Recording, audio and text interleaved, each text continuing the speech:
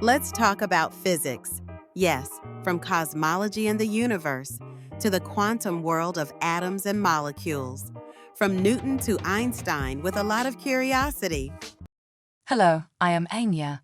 Welcome to our show. Let's talk about physics. Hello, I am Mateo. Welcome to our show. Let's talk about physics.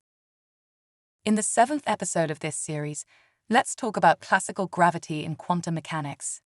Gravity is the glue of the cosmos. It binds our solar system, galaxies, the entire universe. The solar system, a grand classical structure, is a masterpiece held together by gravity. But could gravity work its magic at submicroscopic levels? Imagine gravitational atoms. Could they exist? Anya, any particle with mass can be considered formed by two halves that interact gravitationally with each other. This is the theoretical gravitational atom discussed in the previous episode. So, if a particle's mass is less than the Planck mass, it dances in the quantum realm. Yeah, it exhibits quantum properties, like a tiny magician.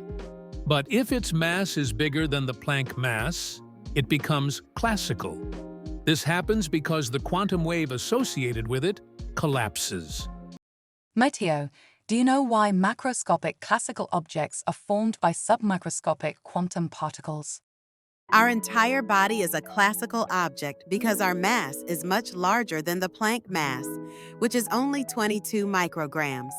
Yet, we're made up of quantum molecules and atoms, a fascinating paradox.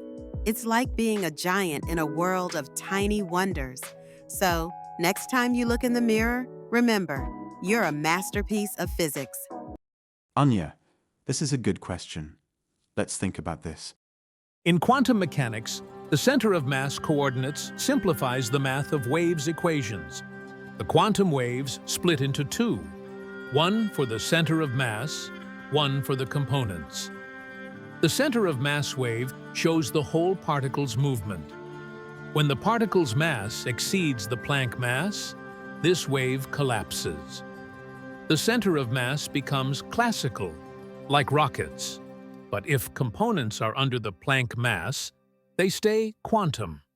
This duality explains why rockets are classical, but their atoms are quantum. Mateo, this is a clever explanation. I like it. Imagine a neutron star, a cosmic marvel formed by countless neutrons. Each neutron is a quantum particle, tiny and mysterious. Yet, the star's mass is immense, a giant in the universe. The movement of its center of mass follows the grand laws of classical mechanics, or Einstein's relativity. Astonishingly, these massive stars owe their existence to quantum particles. It's a dance of the minuscule and the massive, a cosmic symphony. A neutron star is a testament to the universe's wondrous complexity. Anya, you are very intelligent. Let's summarize our discussion today. The Planck mass is nearly 22 micrograms, a tiny measure in the grand scheme of things. This is why elemental particles, atoms, and molecules are quantum particles. Their masses are much smaller. On the other hand, everyday objects like tennis balls, cars, and rockets are classical. The same goes for cosmological objects and the universe. They're classical too. Macroscopic objects are fascinatingly made of tiny quantum particles. It's a dance between the quantum and classical worlds all around us.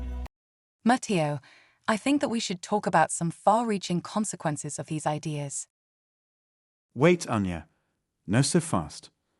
We will talk about this stuff in future episodes of this series. This is enough for today. Ciao, Anya.